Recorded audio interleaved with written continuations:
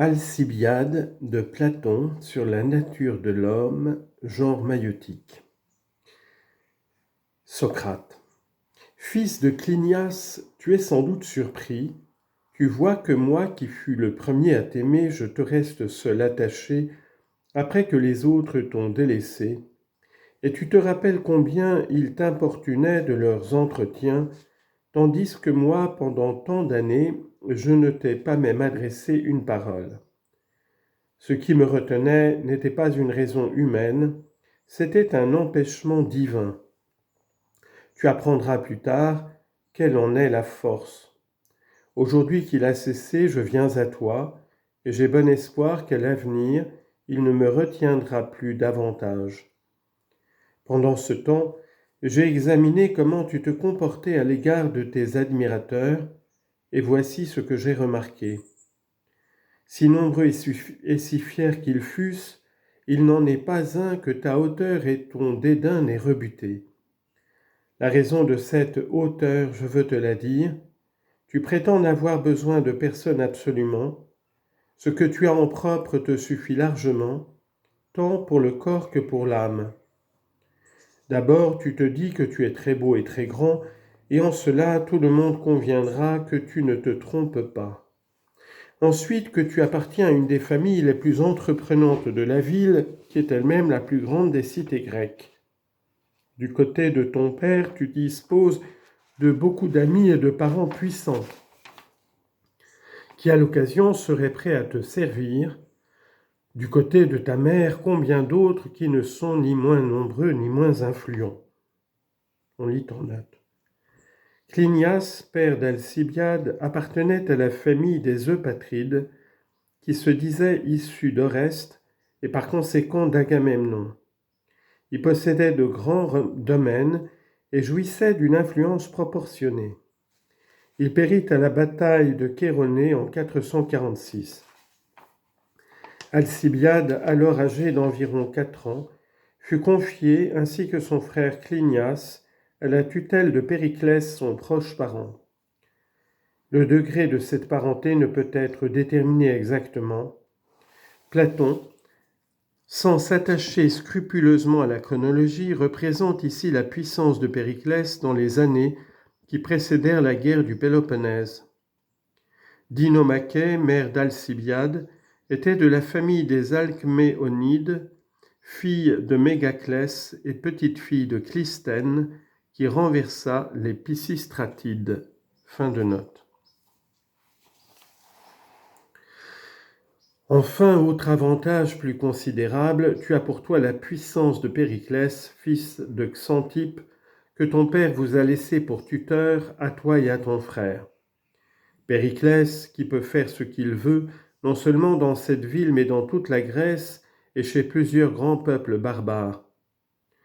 J'ajouterai que tu es au nombre des riches, mais c'est de quoi tu parais le moins fier. Enorgueilli par tous ces avantages, tu as pris le dessus sur tes admirateurs, et ceux-ci, qui se sentaient inférieurs à toi, s'en sont laissés imposer. Ce dont tu t'es aperçu.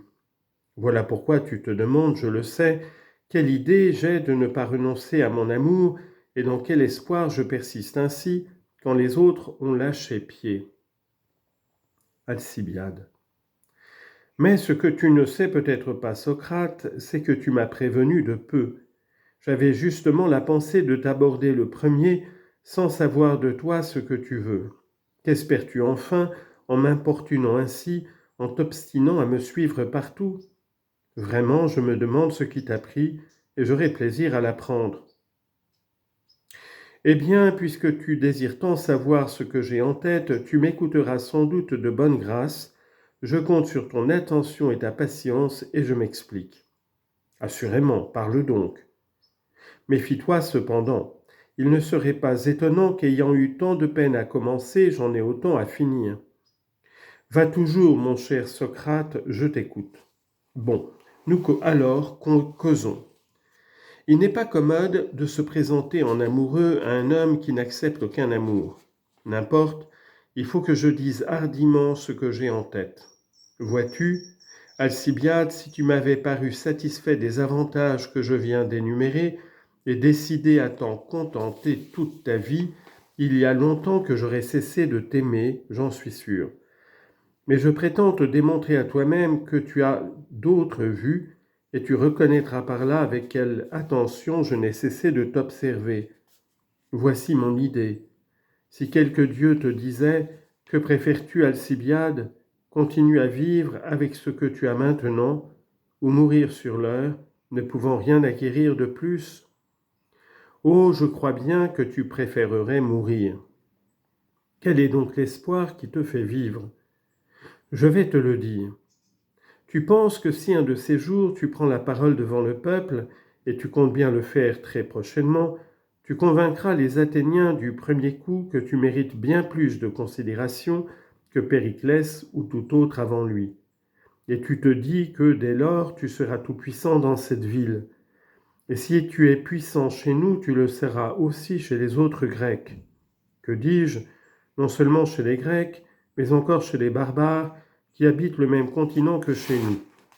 Seulement, si le même Dieu te disait ensuite que tu dois te contenter de régner ici en Europe, mais qu'il ne te sera pas donné de passer en Asie, ni de rien entreprendre là-bas, j'imagine qu'à ces conditions-là même, tu ne voudrais pas vivre, ne pouvant remplir presque toute la terre de ton nom et de ta puissance.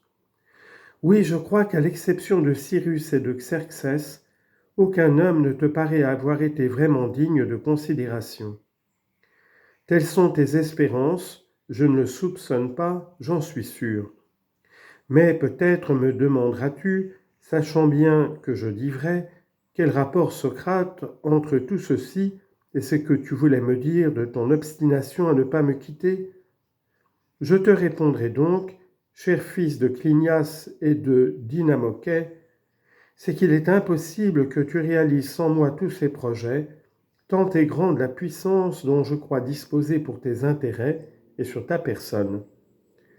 Ainsi s'explique, si je ne me trompe, que le Dieu depuis si longtemps m'ait empêché de te parler et que j'ai attendu moi sa permission.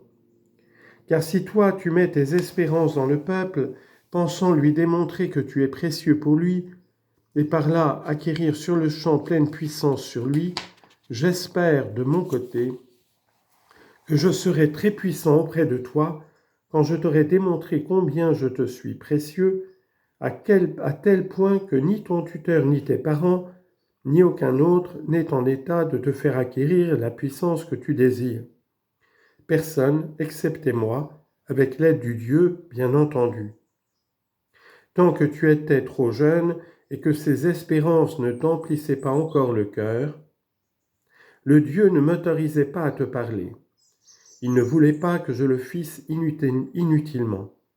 À présent, il me rend la liberté, car désormais tu es prêt à m'écouter.